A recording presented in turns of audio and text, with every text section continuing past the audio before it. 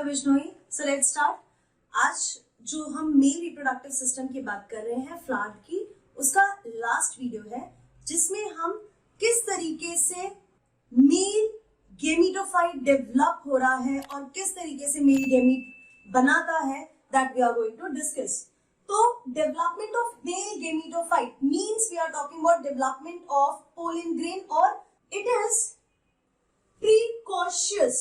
मतलब ऐसा बोलते हैं ये जो डेवलपमेंट होता है मेल गेमिटोफाइट का वो प्रिकॉशियस होता है। प्रिकॉशियस मींस उनका प्री मैच्योर डेवलपमेंट होता है।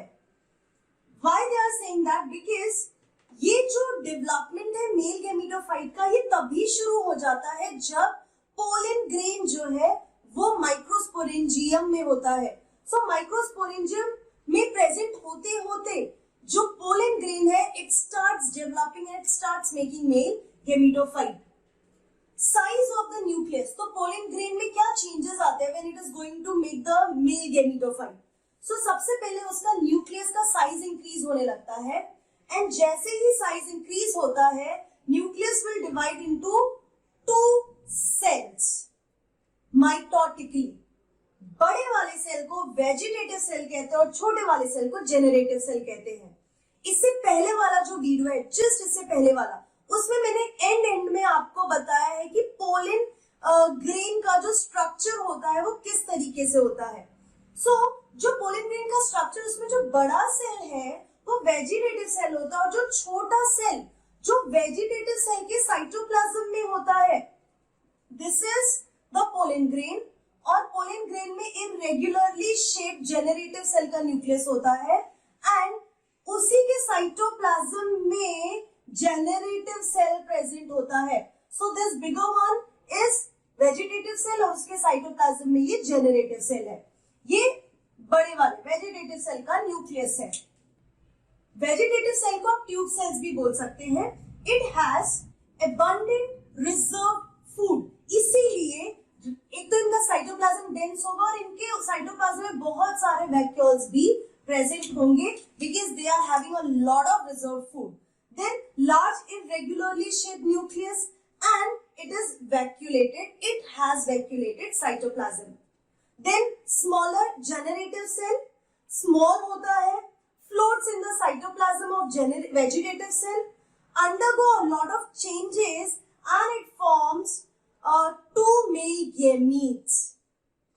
And cytoplasm is highly reduced. ठीक है? अब generative cell जो है ये माइटोसिस करके दो मेल गैमीट्स बनाता है। सो हम ऐसा बोल सकते हैं कि इस तरीके के दो male gametes. Fine, this is the एक ये मेल गैमीट है, ये दूसरा मेल गैमीट है, टू मेल गैमीट्स। तो यहाँ पे क्या है? Vegetative cell and generative cell है। इस केस में वेजिटेटिव सेल में दो मेल गैमीट्स है। सो जेनरेटिव सेल माइटोसिस करके दो मेल गैमीट्स बनाता है। अब ये दो वेज है इसके। After release of pollen from anther two cell stage, अब ये क्या है? 60% एंजियोस्पर्म्स के केस में एंथर में से जो पोलन ग्रेन रिलीज हो रहा है वो इस टू सेल स्टेज में रिलीज होगा और जब ये स्टिग्मा पे जाएगा, इधर इस तरीके से जब ये स्टिग्मा पे आएगा दो सेल स्टेज वाला pollen grain, then that pollen grain will do mitosis and it will form two male gametes. तो 60% एंजियोस्पर्म्स में क्या होता है कि जो पोलन ग्रेन एंथर से बाहर आएगा वो टू सेल स्टेज पे आएगा और जब वो एंथर स्टिग्मा पे पहुंचेगा तब जाके वो माइटोसिस करेगा। 60% में ऐसा होता है। जो बाकी के 40% है उनके केस में क्या होता है? जो एंथर से पोलन बाहर आ रहे हैं वो 3 सेल स्टेज पे आते हैं। 3 सेल मतलब one is vegetative cell and 2 male gametes, and when they will come to stigma they will directly go for the pollen tube formation. But ऐसा जो केस होता है जिसमें एंथर से बाहर आते ही वो 3 सेल स्टेज में ही बाहर आते हैं, वो 40% एंजियोस्पर्म्स में ही होगा, बाकी सब में 60% होता है। मतलब कि जब बाहर आएगा एंथर से वो टू सेल स्टेज पे होंगे, means one vegetative one generative, and when they will reach on the stigma then the mitosis will be triggered and दो मेल गैमीट्स बनेंगे. So this is how the development of male gametophyte happens. Now I am going to tell you something about the pollen grain कि pollen grain किस तरीके से helpful होते हैं या उसके डिसएडवांटेज क्या होते हैं, प्रिजर्व कैसे किया जाता है, everything I am going to teach you. So take a screenshot then will move on to that section. अब हम पोलन ग्रेन्स के बारे में कुछ फैक्ट्स पढ़ने वाले हैं जो आपकी टेक्स्ट बुक में दिए हुए हैं, which you should also know. So pollen grain causes, you have heard about it ना, एक पर्टिकुलर सीजन होता है जिसमें बहुत इचिंग होती है, आईज में इचिंग होती है, कफिंग होती है. जो एलर्जिक पर्सन होते हैं उनमें अस्थमा का अटैक आना, कंफर्टेबल फील ना होना, तो ये एक पर्टिकुलर सीजन के स्टार्टिंग में होता है या एंड में होता है. It is just because of the presence of the pollen in the environment. So pollen grain can cause allergies, can cause bronchial afflictions and chronic respiratory disorders भी करते हैं, लाइक अस्थमा, ब्रोंकाइटिस. सो ये सारी problems हो सकती है because of the pollen grain. Parthenium एक ऐसा प्लांट है जिसको carrot grass, common name is carrot grass, तो वो इंडिया में इंपोर्टेड वीट के साथ आ गया था और उसके बाद इंडिया में आने के बाद इट इज वेरी एलर्जिक, बहुत ज्यादा इससे एलर्जीज होने लग गई थी लोगों को. And it is ubiquitous in occurrence, ये ऑलमोस्ट हर जगह ग्रो होने लगा, डेवलप होने लगा, तो it was not good. And the main reason is why it is not good, because of the pollen allergy it is doing. So Parthenium carrot grass, याद रखना, NEET के लिए भी है, came in India as a contaminant with the imported wheat. Then कहीं कहीं बहुत सारे वेस्टर्न कंट्रीज में जो पोलन ग्रेन है, it is the source of nutrient, supplement जैसा लोग यूज करते हैं. Pollen tablets as a food supplement, people are taking it. और वेस्टर्न कंट्रीज में तो बहुत सारे पोलन प्रोडक्ट्स मिलते हैं और वो पोलन प्रोडक्ट जैसे सिरप्स, टैबलेट्स, लोगों का ऐसा मानना है कि उससे it's a very good supplement. तो प्रोटीन्स एंड लिपिड्स, बहुत सारी चीजें आपको पोलन ग्रेन से मिल जाती है. That is why people are taking it as a food supplement.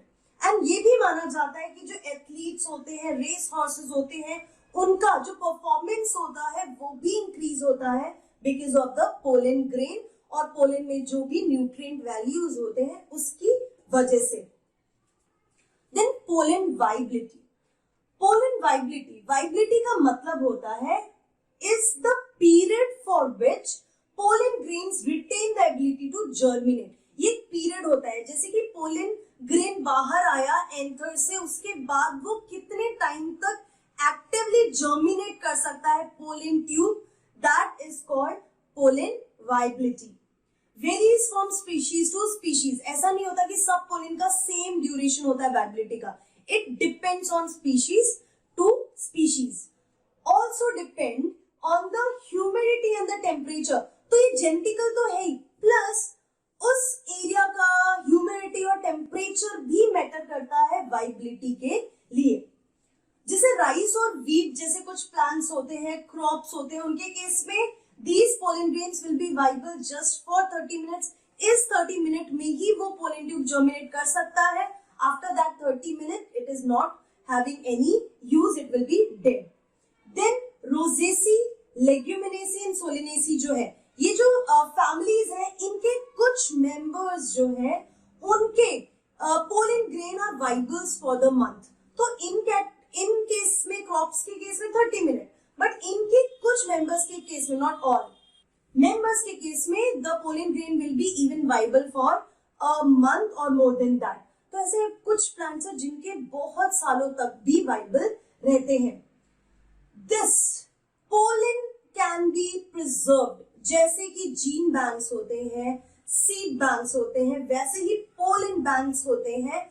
पोलेन्स को स्टोर किया जाता है -196 डिग्री सेल्सियस, ताकि हम उसको, अगर कोई भी ब्रीडिंग प्रोग्राम है, कोई भी नया हाइब्रिडाइजेशन प्रोग्राम है, उसमें हम पोलन अपनी चॉइस का यूज कर सकते हैं if we have stored it at -196 degree Celsius, जिसको हम क्रायो प्रिजर्वेशन कहते हैं. So understood this one. Like अगर कोई प्लांट आपको लगता है कि वो कहीं बहुत स्पेसिफिक लोकेशन पे ही होता है और क्या पता किसी कंडीशन में वो डेड हो जाए या उनकी स्पीशीज फिनिश हो जाए, तो we can store the pollen और हम उस पर कोई भी एक्सपेरिमेंट्स करते रह सकते हैं. So this is all about the extra knowledge related to the pollen grain, जो बुक में ही है. इनको स्किप मत करना, ये भी उतने ही इंपॉर्टेंट है जितना डेवलपमेंट ऑफ मेल गेमिटोफाइट है. तो इस चैप्टर में जो मेन इस टॉपिक से रिलेटेड मेन क्वेश्चंस कैसे आते हैं, internal structure of anther, development of male gametophyte, structure of pollen grain, and इसमें से कुछ क्वेश्चंस भी पूछे जा सकते हैं अबाउट द एडवांटेज या इसके क्या यूज किस तरीके से पोलन ग्रेन को किया जा सकता है, such questions. So see you in our next video where we will talk about the female reproductive system. Till then, keep learning and be safe.